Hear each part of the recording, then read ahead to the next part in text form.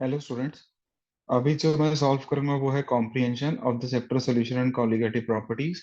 Right, तो अभी अपन start करते हैं फ्रॉम कॉम्प्रिहेंशन नंबर 1। राइट, तो ये कॉम्प्रिहेंशन, देखो जब भी कॉम्प्रिहेंशन वाले क्वेश्चंस करने होते हैं तो ज्यादातर तो ऐसा होता है हमने कॉन्सेप्ट पढ़ा होता है, बट फिर भी मैं आपको कहूंगा आप पहले एक बार क्वेश्चन गो थ्रू कर लो। पहले तीनों क्वेश्चन पढ़ लो, फिर एक बार कॉम्प्रिहेंशन पैसेज भी पढ़ लो, क्या पता कुछ उसके अकॉर्डिंगली आंसर करना हो। तो डायरेक्टली क्वेश्चंस पे सीधा जंप मत किया करो, पहले पढ़ लो फिर आगे राइट उसके अकॉर्डिंगली आंसर सॉल्व करना है। ठीक है, the very first question is depression of freezing point of which of the following does represent the cryoscopic constant of water। Cryoscopic constant क्या होता है हमारा, kf का वैल्यू होता है। तो ये पहला क्वेश्चन ये कह रहा है इनमें से कौन सा ऑप्शन है जिसमें delta T F which is the depression of freezing point वो किसके इक्वल आ जाए, kf के। और राइट, तो ये करना है अपने को। क्या पता है, we know that delta T F is equals to I times of K F into M. तो बेसिकली हमें आंसर करने के लिए जो ऑप्शन चाहिए वो वाला ऑप्शन चाहिए जिसमें आई इंटू एम मोलालिटी का वैल्यू कितना आ जाए, 1 आ जाए। राइट, तो अगर अपन सारे ऑप्शंस को ऐसे चेक करेंगे तो जो ऑप्शन सी बनता है which is 59 gram of aqua solution containing 9 gram of glucose. मतलब ग्लूकोज जो है वो हमारा क्या है, सॉल्यूट है, विच इज 9 ग्राम्स। तो इसके मोल्स कितने आ गए सॉल्यूट के, it is 9/180। Right, it is 1/20। And mass जो है किसका, सॉल्वेंट का, वो कितना आ जाएगा, 50 ग्राम्स आ जाएगा। राइट, अगर अपन इसको केजी में लिखेंगे तो 0.05 केजी आ जाए। राइट, तो और जो ग्लूकोज होता है, जो ग्लूकोज होता है इसके लिए जो आई का वैल्यू होता है वो क्या कितना होता है, 1 होता है। तो अभी अपन आई इंटू एम का वैल्यू अगर चेक करूंगा, I into molality is equals to 1 into molality is 1/20 divided by 0.05। जब आप इसको सॉल्व करोगे राइट, तो आपका आंसर कितना आ जाना है, 1। तो देयरफॉर जो हमारा ऑप्शन बनता है वो कौन सा ऑप्शन बनेगा, सी।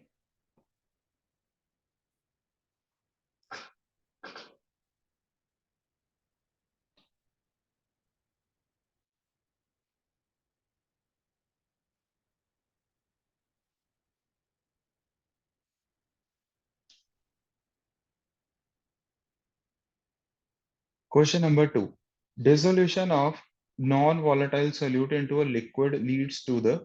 ठीक है, dissolution of non volatile solute अगर लिक्विड में करते हैं तो उससे क्या होगा, लाइक ये वाले जो ऑप्शंस हैं एंट्रोपी के रिगार्डिंग, फ्रीज का टेंडेंसी इंक्रीज होगा डिक्रीज होगा, वेपर फेज में जाएगा कि नहीं जाएगा। तो इसके लिए पैराग्राफ में आपको दिया हुआ है इन्होंने क्या, भी जब भी हम कोई अगर कोई सॉल्यूट प्रेजेंट होता है तो it contributes to the additional contribution of the entropy. Right, मतलब इसकी वजह से ऑन एडिशन ऑफ सॉल्यूट तो एंट्रोपी क्या होता है, सिस्टम का बढ़ता है। अगर एंट्रोपी बढ़ेगा तो it opposes the tendency to freeze, ये लिखा हुआ है। तो ये वाली इंफॉर्मेशन के अकॉर्डिंगली अपन क्या कह सकते हैं भी भाई, लाइक अगर मैं यहाँ पर समराइज करूंगा, on addition of solute right, entropy का वैल्यू क्या होएगा, इंक्रीज होएगा। तो ए ऑप्शन तो गलत हो गया। Decrease in in increase in the tendency of the liquid to freeze, ये भी क्या हो गया, गलत हो गया। ये भी गलत हो गया। हमें पता है there is a decrease in the tendency of the liquid to freeze जैसे उन्होंने लिखा हुआ है। तो देयरफॉर ऑप्शन आंसर क्या आ गया इसका, डी आ गया। राइट, सी क्यों नहीं आएगा, क्योंकि नॉन वॉलेटाइल सॉल्यूट है तो वेपर प्रेशर तो क्या हो जाएगा, कम हो जाएगा, तो वेपर फेज में कम आएगा answer.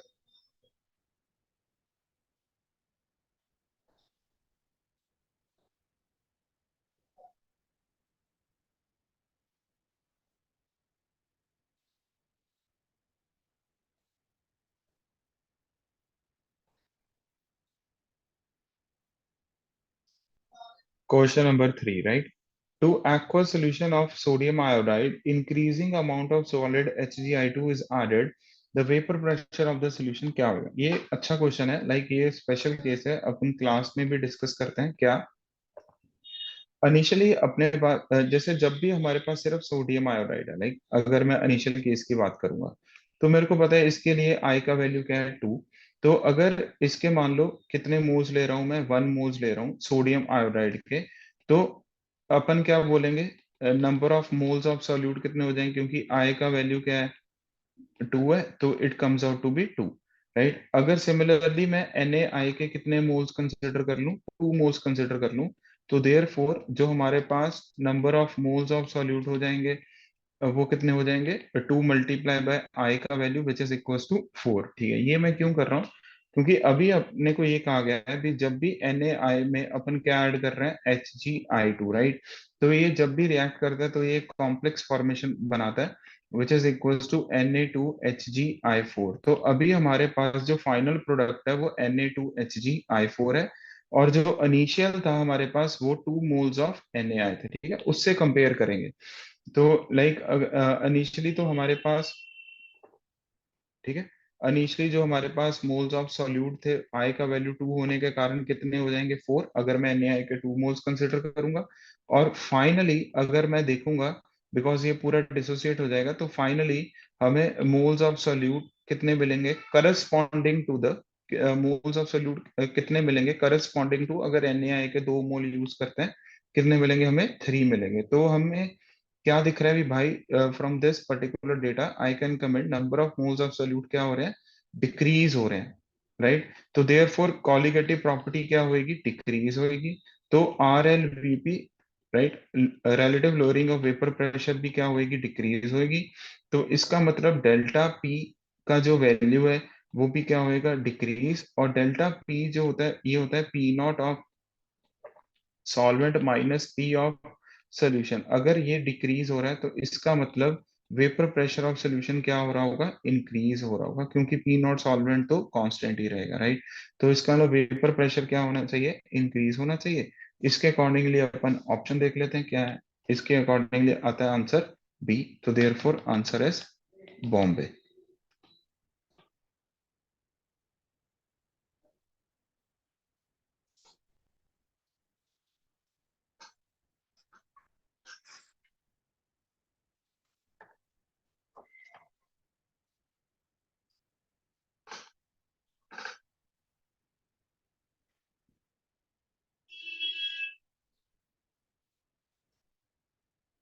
Now moving to comprehension number 2। Okay, 4 से 6 इसके रिगार्डिंग क्वेश्चंस है। ठीक है, तो एक बार जस्ट पैराग्राफ पढ़ना है आपने before like solving the questions. An aqueous solution of 0.1 mole per kg. ठीक है, मोल पर केजी का मतलब अपने को ये एक तरह से मोलालिटी दिया हुआ है। कंसंट्रेशन ऑफ सुक्रोज है हमारे पास, should have freezing point of, freezing point ढूंढ रहे हैं। तो अपन इसमें क्या कमेंट करेंगे, सीधा फॉर्मूला लगा देंगे। सुक्रोज के लिए अपने को पता है जो आई का वैल्यू है वो क्या है, 1, और जो इसका मोलालिटी है वो कितना दिया है इन्होंने, 0.1 दिए, राइट, सुक्रोज सोल्यूशन के लिए। तो डेल्टा TF का वैल्यू जो आएगा वो आएगा I times of KF × M, right. Always use IKFM। ठीक है, KFM का आदत ही मत डालो, I का ही आदत होना चाहिए। अगर कुछ नहीं गिवन होता है तो अपने को पता लग जाता है I का वैल्यू क्या कंसिडर करना है। तो delta TF comes out to be, KF का वैल्यू इन्होंने 1.86 दिया है और मोलालिटी का वैल्यू 0.1 दिया है, तो it comes out to be 0.186, right. अब आप इसको डिग्री सेल्सियस भी लिख सकते हो, केल्विन भी लिख सकते हो। और फ्रीजिंग जो होता है ये क्या होता है भी भाई, जो ओरिजिनल फ्रीजिंग ऑफ वाटर है which is 0 degree Celsius minus जो न्यू टेम्परेचर आएगा is equal to 0.186 degree Celsius. तो इससे जो हमारा T' F आएगा वो माइनस ऑफ 0.186 डिग्री सेल्सियस आएगा। अब अपन ऑप्शन मैच करते हैं, तो ऑप्शन जो इसके नियर अबाउट बनता है वो कौन सा बनता है, ए ऑप्शन बनता है।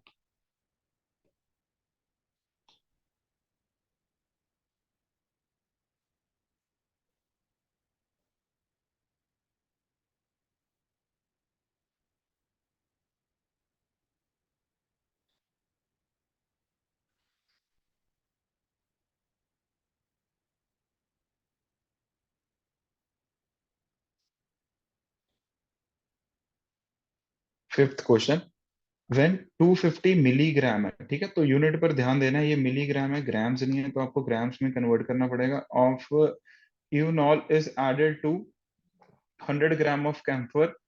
कैम्फर का KF दिया, तो इसका मतलब जो कैम्फर है हमारे पास वो क्या होएगा, यहाँ पर सॉल्वेंट होएगा।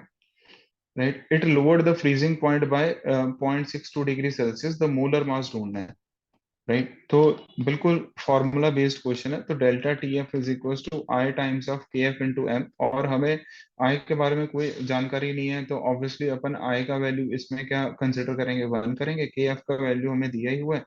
मोलालिटी अपन देख लेंगे क्या करना है, ठीक है। तो मोलालिटी भी चलो मैं इधर ही सॉल्व कर देता हूँ कि भाई molality it is equal to moles of which is 250 into 10 raised to power 3 divided by its molar mass of unol, जिसको कैलकुलेट करना है, डिवाइडेड बाय क्या आ जाएगा 0.1, बिकॉज 100 ग्राम दिया है तो केजी में 0.1 आ जाना। तो डेल्टा टी एफ का वैल्यू हमें 0.62 दिया है, आई का वैल्यू 1 मानेंगे, के एफ का वैल्यू 39.7 मानेंगे, और मोलालिटी का जो वैल्यू वो आ गया 250 into 10 raised to power -3 divided by molar mass and 0.1। Right, जब अपन इसको सॉल्व करेंगे तो हमारे पास जो मोलर मास आता है वो आता है 160 ग्राम पर मोल, और इस हिसाब से जो हमारा आंसर बनेगा वो बनेगा A option.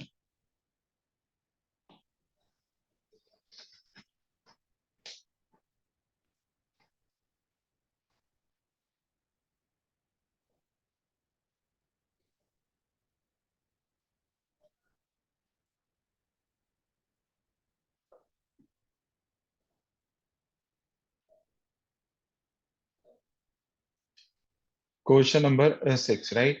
The freezing question number 6 अभी अपन देखते हैं क्या कह रहा है। The freezing point of 5% by mass acetic acid solution is इतना minus of 1.576, the van't Hoff factor is, तो के एफ हमें पानी का दिया है, acetic acid van't Hoff factor ढूंढना है, मतलब हमें एसिटिक एसिड के लिए जो वैल्यू ढूंढनी है वो आई का वैल्यू हमें इसके लिए ढूंढना है। हमें जो इसका परसेंटेज वेट बाय वेट दिया हुआ है वो 5% दिया हुआ है। तो इसका मतलब अगर मैं क्या कंसिडर करूंगा, mass of acetic acid which is equals to 5 ग्राम।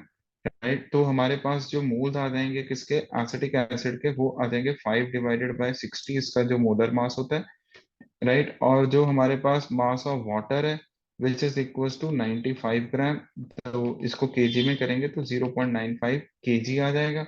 के एफ का वैल्यू दिया ही हुआ है, तो सीधा फॉर्मूला अप्लाई करेंगे फ्रीजिंग पॉइंट वाला, delta T F is equals to I times of K F into molality.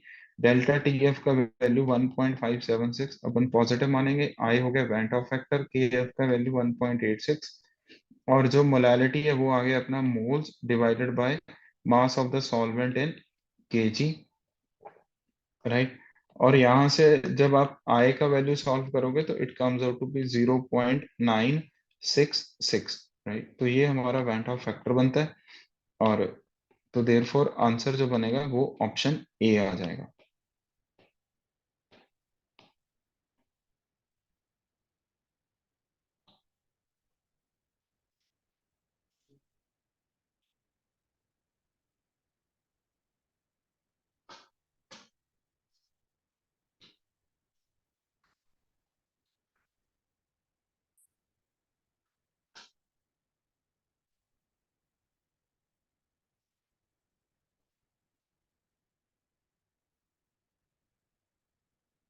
Comprehension number 3, 7 to 10 चार क्वेश्चन है इसके रिगार्डिंग, एक बार ये पढ़ना है आपने, क्योंकि ठीक है फिर ही इसके क्वेश्चंस होते हैं।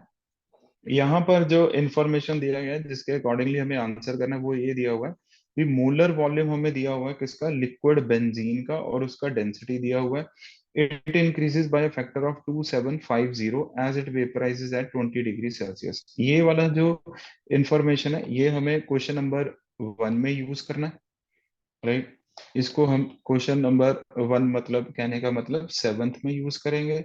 और अभी जो मैं ग्रीन में हाईलाइट करूंगा, अभी लिक्विड टॉल्यूइन उसका density increases by factor at 20 degree Celsius, इसको हम क्वेश्चन नंबर 8 में यूज करेंगे। राइट, और इन्होंने दिया हुआ है भी जो solution of benzene and toluene है ये कौन सा सोल्यूशन है, ये नॉन आइडियल सोल्यूशन है, ये कहीं ना कहीं इन्होंने लिखा, सॉरी आइडियल सोल्यूशन है। बेंजीन एंड टॉल्यूइन का आइडियल सोल्यूशन दिया हुआ है। राइट, ठीक है, तो सोल्यूशन ऑफ वेपर प्रेशर, मतलब अगर इनका सोल्यूशन बनाते हैं तो उसका जो टोटल वेपर प्रेशर हो जाता है वो 46 टॉर हो जाता है, मतलब राउल्ट्स लॉ इज वैलिड, इसको हम क्वेश्चन नंबर 9 में यूज करेंगे। राइट, तो क्वेश्चन नंबर 7 पहले अपन देखते हैं क्या है। Vapour pressure of pure benzene हमें ढूंढना है। ठीक है, तो प्योर बेंजीन देखो कैसे ढूंढना है हमें। मोलर वॉल्यूम लिखा दिया हुआ है, तो मैं ये वाला पहले तो इंफॉर्मेशन को ना कट कॉपी पेस्ट कर लेता हूँ उधर। हम्म,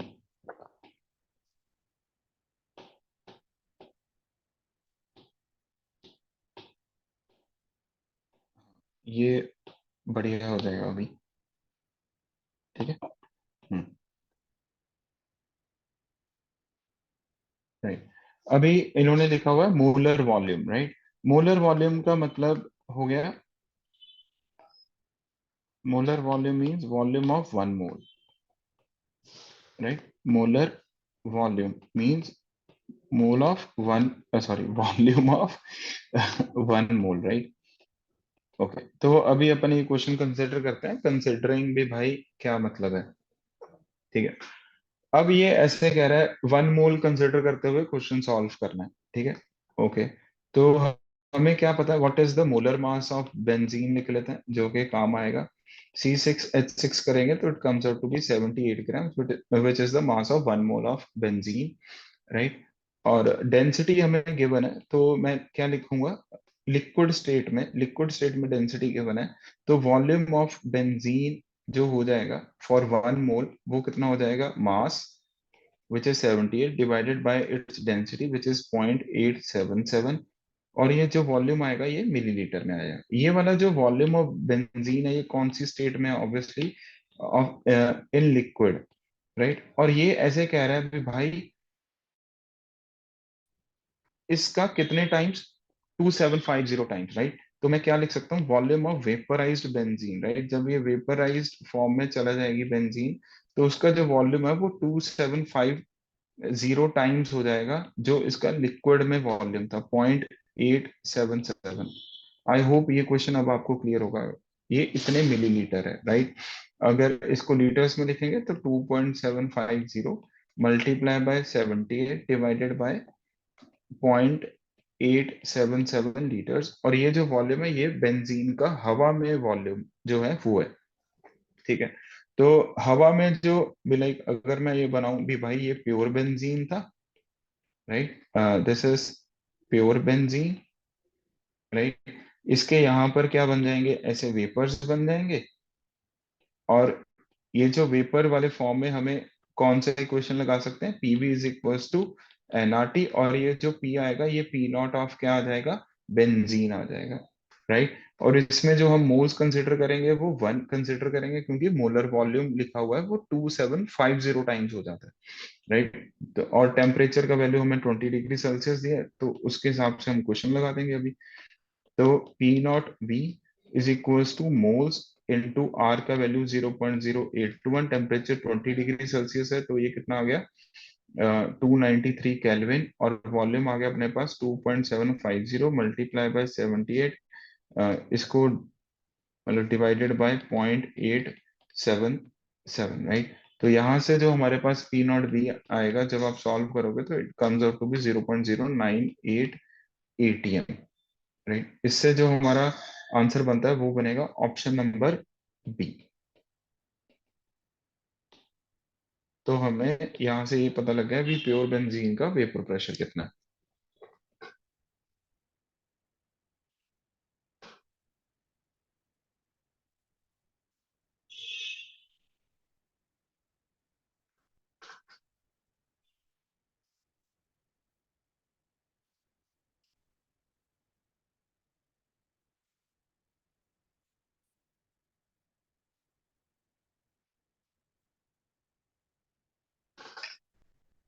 now moving to question number 8, बिल्कुल सेम कॉन्सेप्ट पे है जैसे 7 था। Vapour pressure of pure toluene, right. तो इसमें भी अपन पहले ये वाला इंफॉर्मेशन जो है इसको एक्सट्रैक्ट कर लेते हैं, क्योंकि इसका रिक्वायरमेंट रहेगा अपने को। कट कॉपी पेस्ट ही करना है और कुछ नहीं।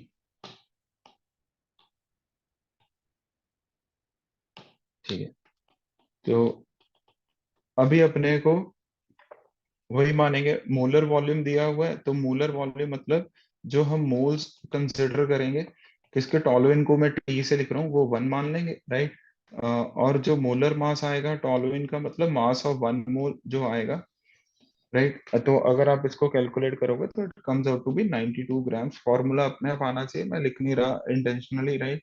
सो दैट बेंजीन के साथ CH3 मिथाइल ग्रुप लगा देंगे तो वो बन जाता है टॉलुइन, राइट। तो फिर therefore volume of toluene अगर मैं लिक्विड स्टेट में देखूंगा, ठीक है, लिक्विड स्टेट में देखूंगा तो वो कितना आ जाएगा, mass divided by the density. Density comes out to be 0.867। ये हो गया वॉल्यूम, और ये वॉल्यूम किस में आएगा, मिलीलीटर्स में। और इन्होंने कहा है भी भाई ये जो वॉल्यूम है किसका, टॉलुइन में, अगर वेपराइज्ड फॉर्म में मैं देखूंगा, ठीक है, वेपराइज्ड फॉर्म में, तो it comes out to be कितने टाइम्स, 7,720 टाइम्स हो जाएगा। तो मल्टीप्लाई बाय 7720, राइट। तो ये मिलीलीटर में आ जाएगा। और अगर मैं लीटर्स में देखूंगा तो 7.720 इंटू 92 डिवाइडेड बाय 0.867 लीटर्स आ गया। तो वॉल्यूम हमें ये दे दिया। तो इसके लिए भी अगर मैं बिल्कुल सेम डायग्राम बनाऊंगा तो मैं क्या लिखूंगा, यहाँ पर अपने पास क्या है, प्योर टॉलुइन है, राइट। ये उसके प्योर टॉलुइन के क्या बन गए, वेपर्स बन गए। यहाँ पर इक्वेशन लगा दूंगा, P0T into V is equal to NRT। और मोल्स कितने मानेंगे अपन, 1 कंसिडर कर देंगे। तो on applying the equation we get vapour pressure of pure toluene is equal to moles into 0.0821 into temperature is वही 20 डिग्री सेल्सियस है तो 293 आ गया, divided by volume 7.720 into 92 divided by 0.867, right. ये, और यहाँ से जो आपका पी नॉट टॉलुइन आएगा कैलकुलेट करके वो 0.029 ATM आ जाना है, ठीक है। इससे जो आंसर बनता है वो डी ऑप्शन बन जाएगा। therefore answer is option number B.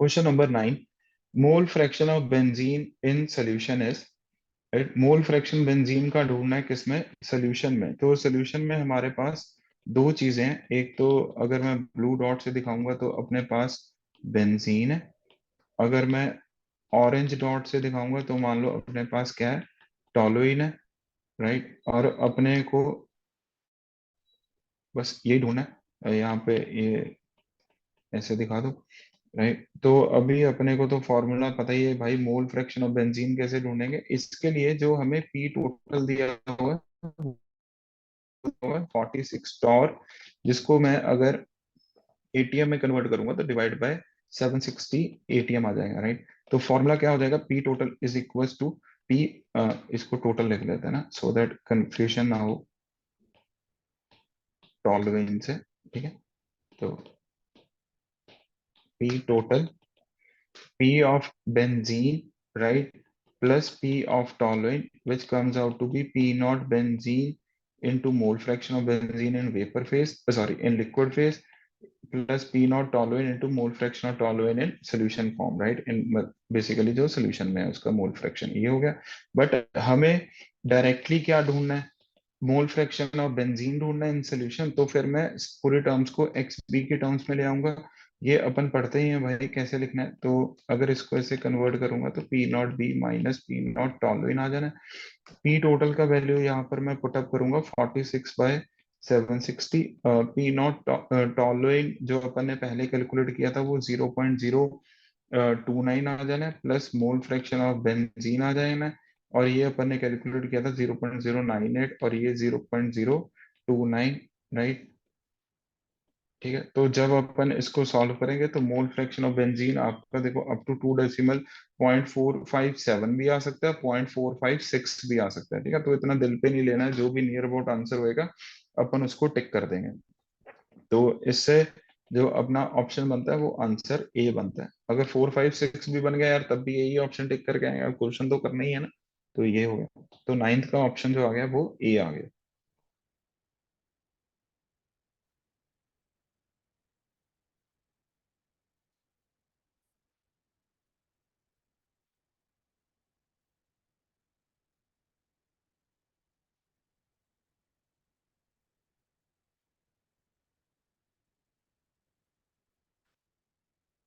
10th question, mole fraction of benzene in the vapour above the solution is,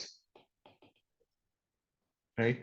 mole fraction of benzene in vapour, vapour में ढूंढना मतलब मैं ये वाला डायग्राम जो है इसको कट, भाई ये क्या हो गया, ग्रुप ग्रुप में नहीं चाहिए, कॉपी पेस्ट ही करना है। हाँ, वेपर फेज में ढूंढना है तो बस सीधा डायरेक्टली फॉर्मूला लगाना है। मतलब you have to calculate the value of Y B. और अपन क्या फॉर्मूला लगाएंगे, vapour pressure of benzene is equals to P not B into mole fraction of benzene in solution form is equals to P total into Y B. ये वाला formula लगा के अपन solve कर लेंगे। तो जो mole fraction of Y B आ जाएगा वो आ जाएगा P not B mole fraction of benzene in solution divided by total vapour pressure. P not benzene का वैल्यू 0.098 आ रहा था हमारा, और मोल फ्रैक्शन ऑफ जो बेंजीन आ रहा था पहले वाले क्वेश्चन से वो 0.457 आ रहा था सोल्यूशन फॉर्म में, और टोटल जो दिया हुआ है वो दिया हुआ है 46 डिवाइडेड बाय 760, क्योंकि मैं एटीएम में कैलकुलेट किया हूँ सारा डेटा। यहाँ से जो आपका मोल फ्रैक्शन ऑफ बेंजीन आ जाएगा in vapour phase, it comes out to be near about 0.74। ठीक है, तो यही आंसर बनता है अपना, और answer is option number C.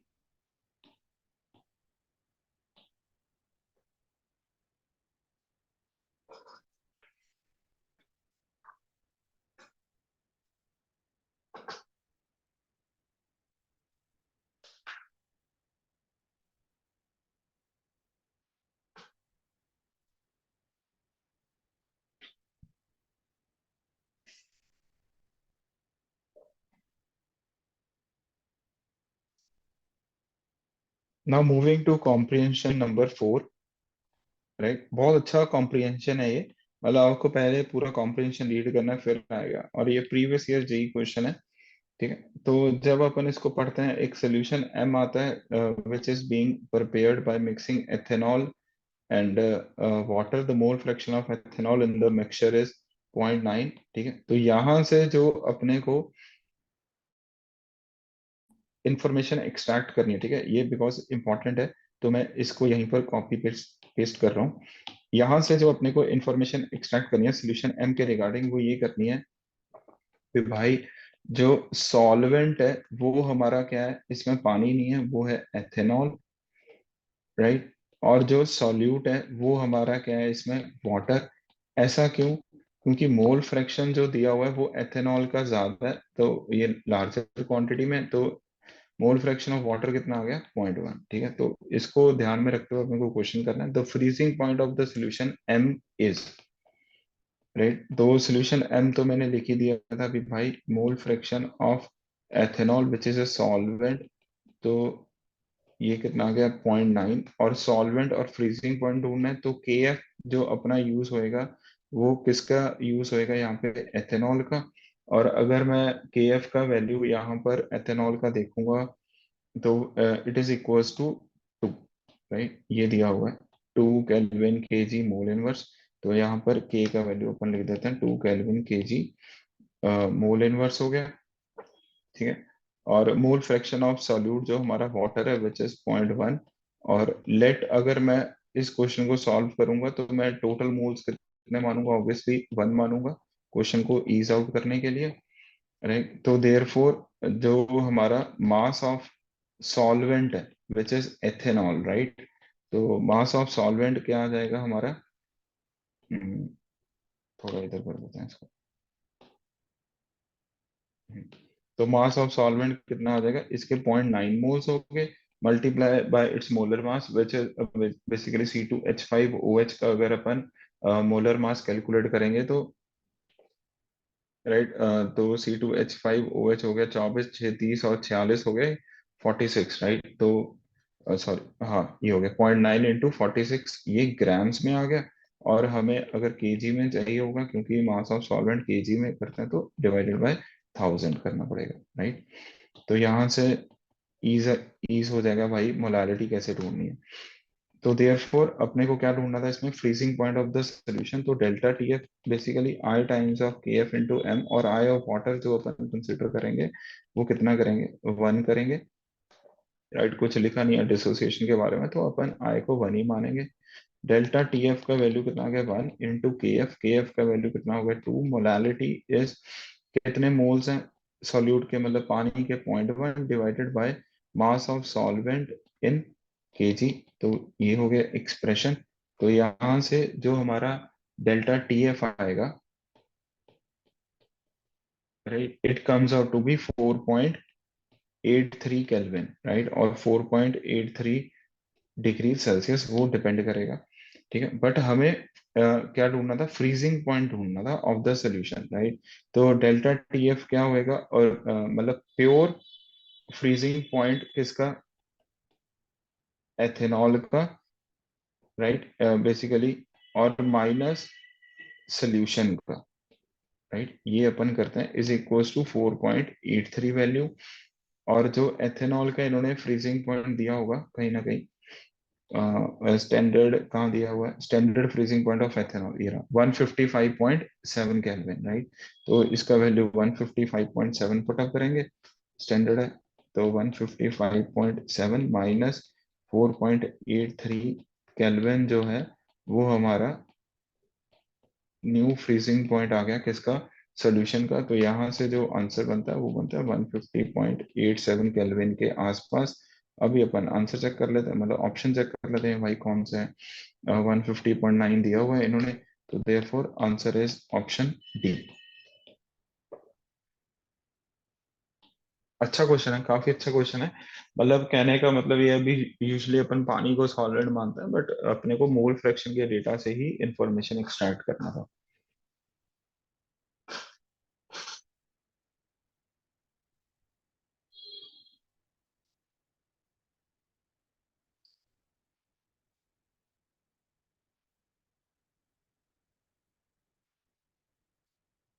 12th question, the vapour pressure of the solution M, ठीक है। उसी सोल्यूशन एम का अब वेपर प्रेशर कितना होगा ये अपने को कैलकुलेट करना है।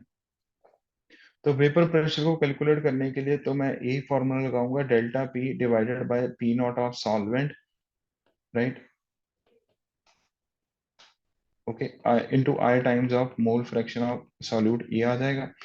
और डेल्टा पी का वैल्यू क्या हो जाएगा अपना भी भाई, जो प्योर वेपर प्रेशर है किसका, सॉल्वेंट का, minus of vapour pressure of solution जो हमें क्या करना है calculate, divided by P not of solvent. और सॉल्वेंट जो है वो हमारा एथेनॉल है।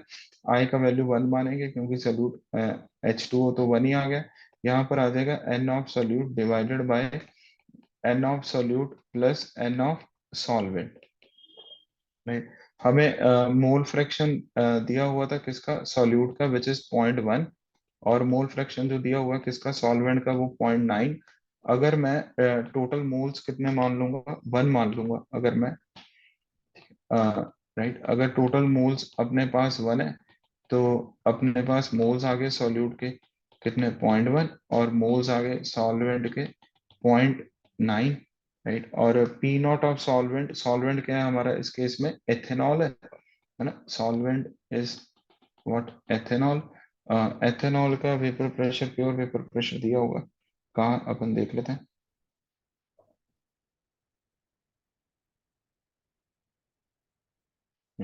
ये रहा, vapour pressure of pure ethanol is 40 mm of Hg, ठीक है। तो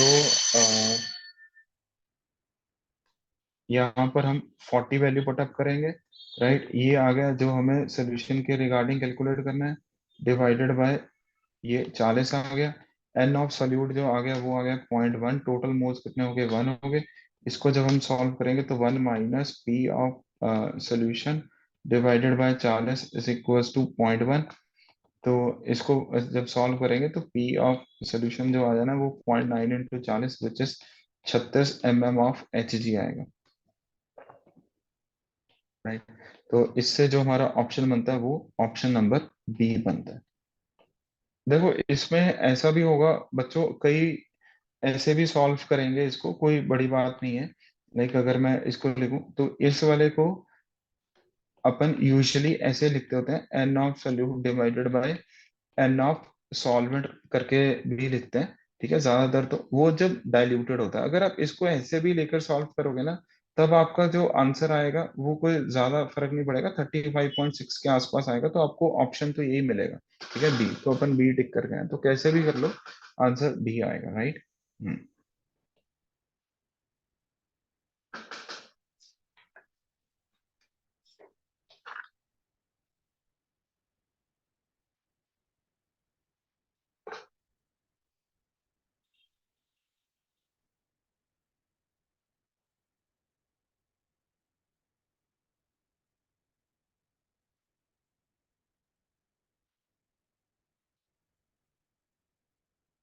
Next question. Water is added to the solution M such that the mole fraction of the water in the solution becomes 0.9. Okay. अब ये वाला जो scenario है इसमें basically हमने वाटर और ऐड कर दिया किसमें, सोल्यूशन एम में। अब जो मोल फ्रैक्शन ऑफ वाटर है वो कितना हो गया, 0.9। तो therefore mole fraction of ethanol कितना हो जाएगा अपने पास, 0.1। तो वाटर अपने लिए क्या हो जाएगा यहाँ पर अब सॉल्वेंट, ये क्या हो जाएगा अब सॉल्यूट हो जाएगा, राइट। तो उसके लिए boiling point of the solution अपने को ढूंढना है, मतलब डेल्टा टी बी ढूंढना है और कुछ नहीं। तो हमें जो के बी ढूंढना है वो के बी पता होना चाहिए, वो किसका पता होना चाहिए, पानी का। और के बी इन्होंने जो डेटा दिया होगा देख लो भाई, boiling point elevation constant of water कितना दिया हुआ है, 0.52 दिया हुआ है। एक तो इसका जरूरत पड़ेगा और standard boiling point of water which is 373। ठीक है, तो 0.52 एंड 373 डेटा का अपने को जरूरत पड़ेगा। तो मैं यहीं पर लिख लेता हूँ 0.52 केल्विन के जी मोल इनवर्स, राइट। और जो standard boiling point of water है टी नॉट बी लिख रहा हूँ मैं स्टैंडर्ड के लिए, राइट। वाटर लिख देते हैं, टी नॉट वो दिया है इन्होंने 373 केल्विन, ये हो गया। बस अपन अभी क्या करेंगे, टोटल मोल्स कितने मानेंगे, टोटल मोल्स वन मानेंगे। तो जो मोल्स ऑफ सॉल्वेंट है मतलब वाटर है वो 0.9 आ जाएगा। तो मास ऑफ सॉल्वेंट जो है वो अपना आ जाएगा 0.9 multiply by 18 divided by 1000 KG में आ जाएगा। बस अभी एथेनॉल के लिए, लाइक फॉर एथेनॉल अपन जो आई का वैल्यू है वो कितना मानेंगे, वन मानेंगे, कुछ दिया नहीं हुआ है, तो अपन यही करेंगे। ठीक है, तो delta T B equals to I times of K B into M molality. तो डेल्टा टी बी अपने को कैलकुलेट करना है, आई का वैल्यू वन हो गया, के बी का वैल्यू हो गया 0.52, राइट। और मोलालिटी जो हमें अपन ढूंढ लेंगे यहाँ से, कितना मोल्स कितना आ गया, 0.1 आ गया सॉल्यूट के, डिवाइडेड बाय 0.9 इंटू 18 और ऊपर चला गया भाई 1000। तो यहाँ से क्या आ जाना अपने पास, delta T B, right, delta T B comes out to be 3.21 आ जाना है केल्विन में। और अपने को ढूंढना क्या था यहाँ से, boiling point of the solution. तो वो होता है T B of the solution minus T nought B, जो पहले वाला था क्योंकि बढ़ जाता ना, तो it is the difference of 3.21। तो यहाँ से जो आएगा वो 373 में ऐड करके आएगा which comes out to be 376.21 kelvin. अब इसके आसपास का कोई आंसर देख लो बस, राइट। तो कौन सा बनता है, 376.2, है ना। तो आंसर आ गया अपने पास बी ऑप्शन।